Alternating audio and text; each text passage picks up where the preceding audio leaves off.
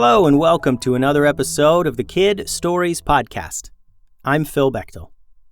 Let's get into some shout-outs. Happy birthday to Asher Birchie, who is turning 7 years old this month and is a huge fan of the show. Asher, for your birthday, I hope you get a whole flock of birds that do your bidding, and a pocket dragon, and a jar of invisibility powder, and a big bucket of goofballs. I think if you were a character in the stories, you would be a good soothsayer who can grant other people's wishes. Thanks for listening and happy birthday, Asher. And Wylan and Cerise from Colorado shared some awesome drawings. Those are so good, you two. I think if you two were characters from the stories, you would be new Clown Ninja trainees who go through the Clown Dojo challenges and become the newest members of the Clown Dojo. Thanks for listening, Wylan and Cerise. Today's episode is titled, "Oh, come on, this is ridiculous. Why do I keep falling through portals and traveling to strange places? Part 3. Except, just to keep things short, let's call it Back to the Valley, Part 3. The ninjas and June all stood on the deck of the boat marveling at City Island as they sailed near. It was like a city just rose up from out of the ocean and stretched up to the clouds. There were no beaches, as the buildings had been built and added on to all the way to the very edge of the island and beyond. And the spires and towers and rooms really were built up into the clouds, as the sight of them was lost if you looked up high. A busy procession of boats docked, unloaded their cargo or passengers, and turned to sail off, creating a constant flow of boat traffic around the island. "Whoa," said Ben. The ninjas had never before seen a city so huge. June had never lived in a city so large, but she knew about them. Busy cities all over the world where she came from were really not rare. As they docked their boat, Tubes came up onto the deck. "All right then, Tim and Ray, you two stay here and guard the boat," she said. "The rest of you come with me and bring all your things." The ninjas snapped out of their staring up at the city and scrambled to grab their adventure bags and weapons. June had her bag and she followed Tubes off the boat and up into the city. It was strange to climb up ladders and walkways and through alleys and on streets while not being on the ground at all. They were surrounded by buildings on all sides, unless they were walking on the outer edge of the city, where they could look out over the ocean and be reminded of how high up they really were. Without asking where they were going, June and the ninjas kept up with Tubes until they reached a black wooden door. Above the door in red paint were the words, "Black Door Apothecary." Tubes knocked, and a small viewing window on the door slid open, revealing 2 eyes peering out. Once the eyes met Tubes, a voice called out, "Tubes!" The viewing window slammed shut and the door opened. A tall woman in a long black dress stood before them. Her bright smile betrayed the dark image projected from her black hair and eyes. She hugged Tubes and said, "It's been far too long. Come in, come in." Immediately, Tubes and the other woman set to chatting, and the others dispersed, wandering around the Black Door Apothecary. "This place is amazing," said Tatiana, noticing all the rare and magical artifacts in the shop. Weapons were hung on the walls. Bows, quivers, swords, and every other thing you could imagine. On tables all through the shop were rare books, potions, ingredients, scrolls, clothing. The Black Door Apothecary was a treasure trove of amazing things. June and the ninjas examined everything for a while, looking around while Tubes and her old friend caught up, and Tubes brought her up to speed on their current mission. "Ninjas, this is Laurel, an old friend," Tubes said, getting their attention. "Laurel, these are the ninjas of Valleytown. Some of them, anyway." "I see," said Laurel, looking them over curiously. "Your reputation precedes you, ninjas. And you must be the girl from another place," she said, turning to June. "The one who can't stop dropping through fairy rings?" "Yeah, I guess so," said June. "Yes, well, I'm sorry to say I can't help you. Not as much as I'd like to," Laurel said.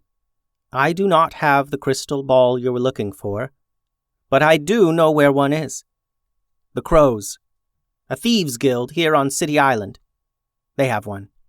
Are they dangerous? Asked Boulise. Everything is dangerous here, said Laurel. The crows are no world beaters, but you need to take them seriously. They are many and they are skilled. I've given Tubes directions to their hideout. They would be more than happy to sell you the crystal ball, but you'll have better luck just taking it from them. Good luck. Laurel turned to Tubes for a final hug and some hushed words. And again they were following Tubes through the crowded spaces of City Island. Old Witch Tubes was a small, creaky old lady, but she was quick, and everyone had a tough time keeping up with her in the busyness of City Island. Once they were all sufficiently winded and sweaty, they came to a stairway leading up to a tall door.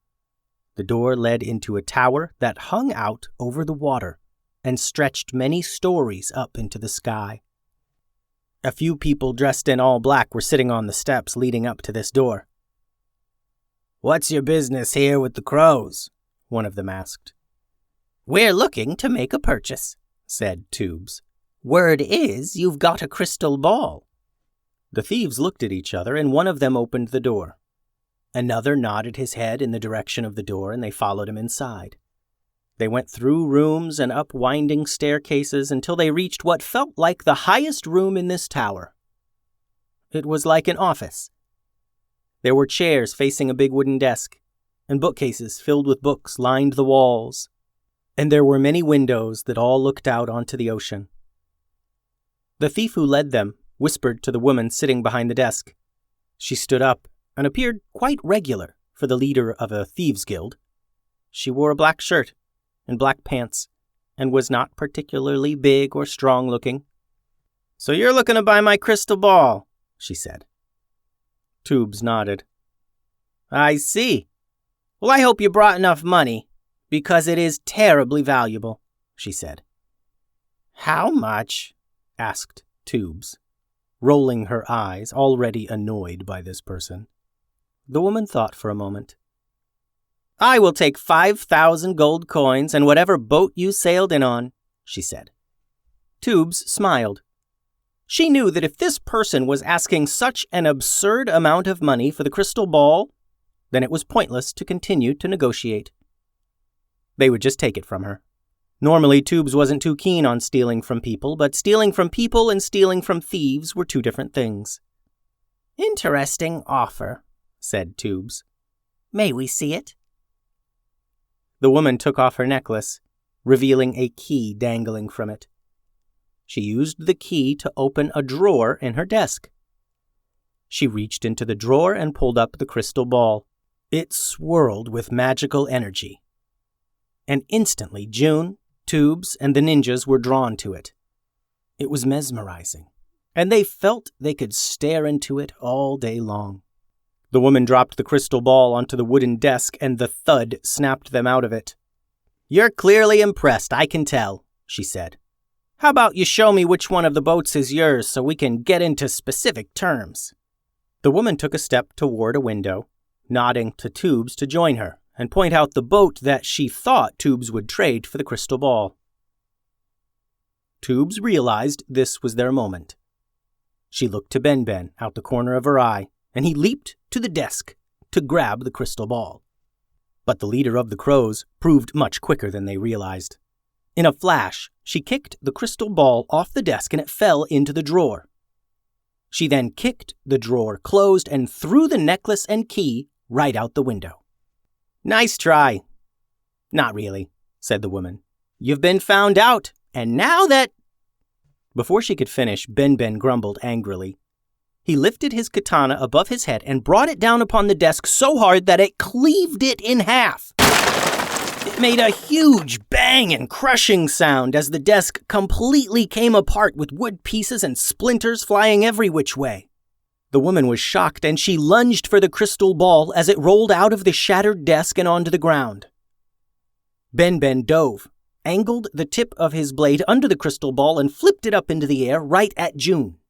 It hit her in the chest before she had time to react, and it nearly fell back down to the floor before she was able to press it against her body with her arms. The woman dove for June, and Boulise tackled her. More thieves burst in through the door now, responding to the sound of the desk breaking. The office went wild in fighting. Tubes turned to June and threw a fine powder in her face. June sneezed and Tubes yelled, "Jump out the window! Fly down to the boat! We'll be right after you!" June ran to the window, placed a foot up on the edge and paused for a moment. They were up so high that she could not make out the little people down below on the boats. From behind her, Tubes yelled, "June, go!" June trusted Tubes and leaped out the window. She was not sure how flying powder was supposed to work, but she sure hoped it would start working soon. She gasped for breath as her body plummeted down to the sea. She saw the ninja's boat in the distance, and her body naturally angled toward it. She imagined herself slowing from a free fall to a float, and it happened, just like that. Realizing that her thoughts were going to steer her, she envisioned herself swooping down to the ship and landing on the deck, and that's just what happened. Tim and Ray were on the deck playing hacky sack. "Whoa, June can fly! Sweet!" said Ray. "The ninjas are up there! We stole the crystal ball! They're going to come down after me!" June said in a breathless panic, revealing the crystal ball to Tim and Ray.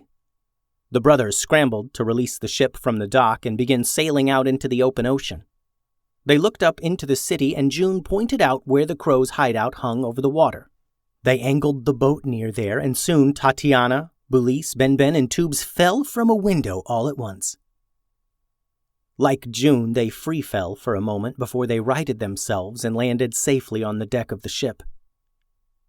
As they sailed off, they could barely hear the screaming and yelling of the crows in the distance. "That was a little too close for comfort," said Tubes, taking the crystal ball from June.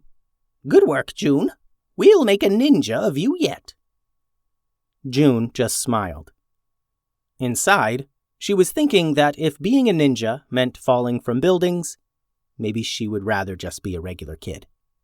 The end. Thanks for listening, friends. The website is kidstoriespodcast.com. Send all your drawings and things to kidstoriespodcast@gmail.com. Adios.